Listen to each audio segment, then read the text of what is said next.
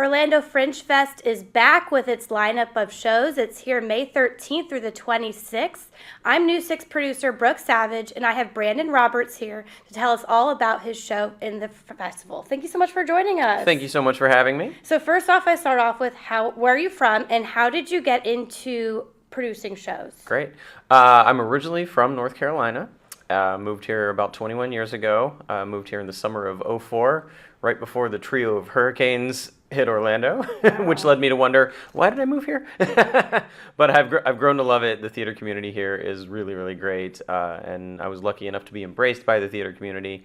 And I started to hear whispers of the Orlando Fringe Theater Festival pretty quickly, as you do on the theater scene. And I had a show that I did shortly after college that was all physical comedy based. And I was like, that might do well in Orlando Fringe. So we got into it. The first year we did it was '06, I believe. And it was a show called Sport. And it was a trio of guys doing advertisements, fake advertisements for a fake sporting goods company called Slastic. And it was all physical comedy based, and that got me hooked on Fringe. And I've come back many times, produced numerous shows, and we're back again. So is that what you do? Like you do just the Fringe Festival, or do you do shows throughout the year too? Yeah, I'm fortunate enough to work at Orlando Shakes. I've worked at Orlando Rep, which is now known as Orlando Family Stage, and like most actors here in Orlando, I work in the theme parks as well, primarily at Universal. So.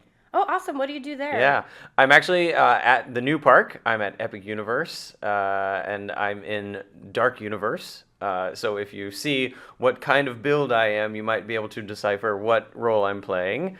I am the assistant. I'm the assistant to Dr. Victoria Frankenstein in Dark Universe. Igor. Oh my gosh! I just went on Saturday. Were you there Saturday? I was not there on Saturday. I was at the park, but I was not over at Dark Universe that day. So you probably saw one of my counterparts. That is so cool. Do you feel like you're part of something special working at Epic right now? It's really cool. Yeah, absolutely. It's really, really cool. And we're not even open yet, but it feels alive and thriving, and it's going to do very well, I have a feeling. Yeah. So you produce shows and you act, you're saying? Correct. Yeah. I produce, I act. I've dabbled in directing as well. Last year I had the opportunity to direct The Play That Goes Wrong out at Osceola Arts. And that was kind of a dream come true because I had a really killer cast, and it's all, kind of slapstick physical comedy stuff, which is one of my favorite types of theater to do, and it was just great. So much fun. I love that. It's like, it seems like you have a great thing going right now. Like, it seems like it's really cool when actors are able to, establish a career working on multiple things that you love. Yeah, it's great. And Orlando is a very unique place because there is so much work for actors. You can cobble together a full-time career, doing stuff in your field. You'll have 5 jobs like most actors do, but it's all at least in your wheelhouse and really, really great. So I wouldn't trade it. Absolutely. Okay, so then I have to kind of ask, like, what is your day-to-day like, or week, maybe I should say week to week, since you work multiple jobs? Yeah, it's crazy. The idea of a regular schedule and a weekend just don't exist for most actors, myself included. So yeah, it varies from week to week. I never really know what days off I'm going to have. Now, that being said, I am going to be full-time at Epic Universe when it opens. So I'll probably have more of a regular schedule once the grand opening is passed and things start to settle into a routine. That being said, like many people that work in the parks, we love to do extracurricular stuff after work as well. So we try to stay busy. So I'll continue to do shows in the evening time and try to stay as busy as possible. Awesome. Well, like we're talking about, you're here for Orlando Fringe Fest.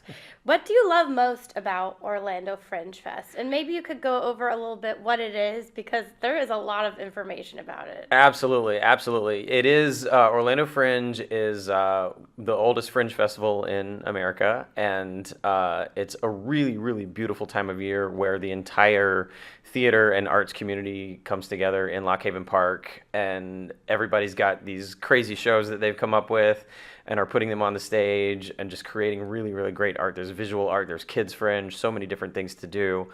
And you hear that kind of thing, you think, oh, isn't it competitive? There's a little bit of that element, but by and large, everyone's there to just kind of celebrate each other, and it's a really, really great time of year, for sure. And tell us about your show, The River's Daughter. What can people expect? And you were telling me what venue it's at, too, because Fringe includes several venues. Absolutely, yeah. The primary campus is Lock Haven Park, where Orlando Shakespeare Theater is and Orlando Family Stage is, and so within both of those buildings, there's numerous theaters. So there's different shows going on at all times in those spaces. And there's also theater going on outside in the park. So there's a big lawn between the two buildings, and they load that lawn up with food trucks, and you can come and have a drink as well. So yeah, we are in the Orange venue, which is the Margison Theater in the Orlando Shakespeare Center. So it's one of the bigger stages, and The River's Daughter itself is, if anyone is familiar with the band The Decemberists, they're kind of a folk indie band, and they have a concept album out that's called The Hazards of Love, and it tells a complete story about these two young lovers who fall for each other and run off to the woods to be together. However, the boy's mother, and this is kind of the magical part of the story, the boy's mother is actually the queen of the woods, so she runs everything in the forest, and she has adopted this boy who was abandoned in the woods, and she's none too pleased that her son has fallen in love with this young girl. So she does everything that she can to thwart their love, and I play a really not so good guy who shows up and abducts the young girl to try to steal her away from the boy, and then chaos ensues from there. So yeah, there's in our show, it's called The River's Daughter, but it's based on The Hazards of Love. So there's live music, there's dance involved, and there are circus acts as well. So we've got aerialists doing sear wheel and silk routines, along with dancers who are doing kind of modern dance, and then the live music. We have, again, a 5-piece band, and our two music directors are a husband and wife couple, Mike and Charity Gill, and they play as an acoustic duo primarily in the Villages, but you can catch them in Claremont, sometimes in Orlando, and they do their own cruises even. And they play under the name Gilly and the Girl, and they're dear friends of mine who I kind of waited till they were back in town to do Fringe because I needed to do it with them because they're so great. That is awesome. Yeah. Talk us through the process of what it takes to put together the show. Like, is this a brand new show? Has it been around for years? Sure. Talk us through that. Sure. Well, the album has been out for quite some time. It's about a 10-year or so old album, and as soon as I heard it, I started to get these images of wow, this would be really cool on stage because, again, the album tells a complete story. So it's a show that I've been wanting to do for quite some time. However, the Orlando Fringe is a lottery-based festival, so artists submit their ideas and then they have a lottery pulling names out of a hat, and that's how they determine who's going to do the festival from year to year. So we didn't get in one year, then COVID hit another year, then didn't get in another year, then Mike and Charity were out of town, so we needed the stars to align just right. So we finally are in this year, and it's obviously as a producer, not only are we putting together the cast and all that kind of stuff, we also need to build the props and build whatever set pieces we might need and decide where everything's going to go on the stage. For this show in particular, because we have aerial acts, we have a gigantic rig that we set up that the aerialists dangle from, basically. So it's like, well, okay, how is this going to fit on the stage and put a live band up there? So there's a lot of pieces to put together for sure. Awesome. Well, what is the main message you hope people take from the show? The main message, I've always been a sucker for unrequited love stories, and this one does have a little bit of that Romeo and Juliet quality where some loves aren't attainable. So I think what I would love for audiences to take away from it is to hear a great story, to celebrate some great music and see some great art, but also have their heartstrings tugged a little bit, and kind of remember those loves gone by, the ones that got away a little bit. Absolutely. And you mentioned how it's like, based on the band's music and the Hmm. album. I do love songs that tell a story. Yeah, yeah, and this whole album does. So it's from beginning to end. We meet, the young ingenue lover who's just kind of riding out in the woods, and she discovers this being. When the boy gets adopted, the mother transforms him into the form of a fawn. So she discovers this fawn, and he's wounded, and she tries to help him, and her kindness transforms him into a human form. And that's when they fall in love. So yeah, it's really great and magical. That is cool. And you mentioned how you're in the show yourself. I am. And you said you play a bad character. I do. So I have to ask, is this like, do you play a lot of bad characters or what kind of character? Or do you play different type of characters? Sure. Yeah. I'm what they call a character actor. So by and large, I'm playing silly, goofy guys. By and large, but I have played a few villains in my time, and they are really fun to play. I will say that. Probably the most notorious. I played Bob Ewell in To Kill a Mockingbird once upon a time over at Orlando Red, back when they were called that. And he's a real bad guy.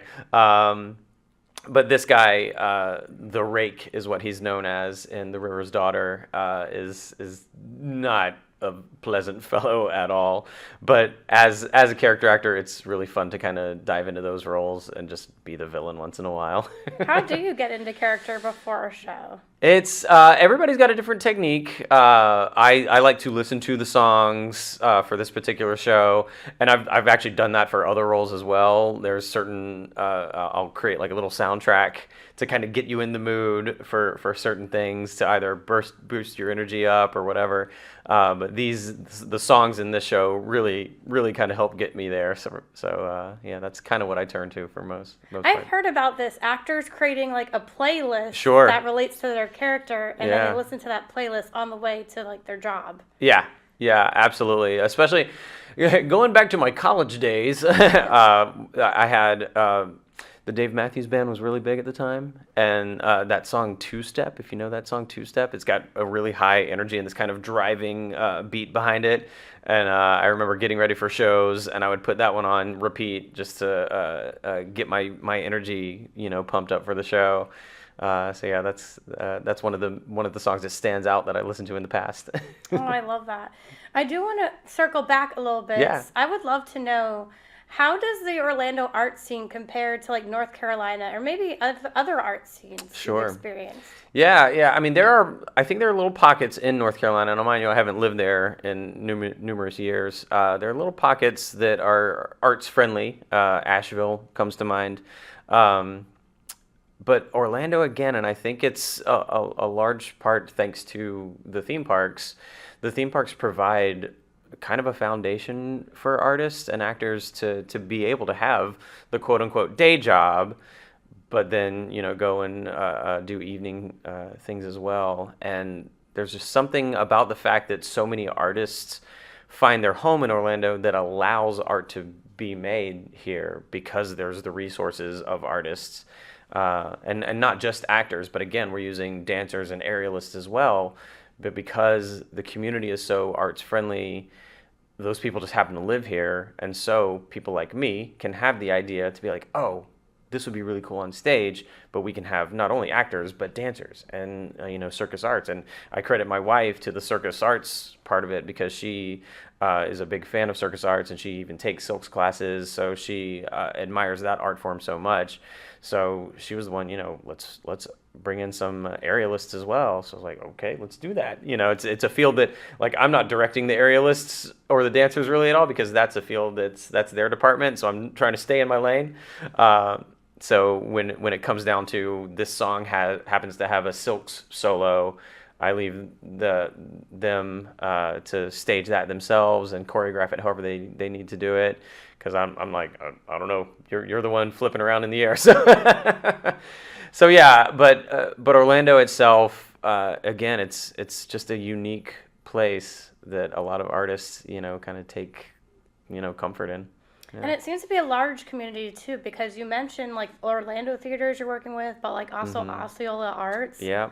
Yeah. So it seems to be pretty big here. Yeah, absolutely. I think there are so many artists in Orlando that the smaller theaters on the outskirts also allow numerous opportunities as well, and yeah, it's just great. Well, is there anything else you want to bring up about Orlando Fringe or your show, The River's Daughter? Sure. Well, I think one of the main things, if there's anyone that's new to Fringe, sometimes there's confusion about how Fringe works exactly. So with Fringe, you have to buy a Fringe button first. That's basically your ticket into the festival itself. And then all of the shows sell tickets on their own. Now, it's all run through the same website that Fringe sets up for us, but all of the shows are a separate ticket price. So you have to buy the button basically to get into Fringe, and then you get a program, and you kind of go through the program and decide what shows you want to see, and then you buy a ticket to those shows. Yeah, it's like choose your own show. Absolutely, yeah, and it's a week and a half long of shows, and they're going on the weekdays. They start I think at 6 p.m. and go through midnight basically, and then on the weekends, Saturday and Sunday, it's all day. So they're just doing shows all the time out there. And again, there are food trucks. There's beverages that you can have in the park. So once you find your parking space in Lock Haven Park, you can stay all day and just see great shows. It's a great time of year. I love it. Well, that sounds like a lot of fun. Again, Orlando Fringe Fest is May 13th through the 26th. And I've also put together a guide on how to fringe on clickorlando.com/settingthestage. Brandon, thank you so much for joining us today. Thanks so much for having me.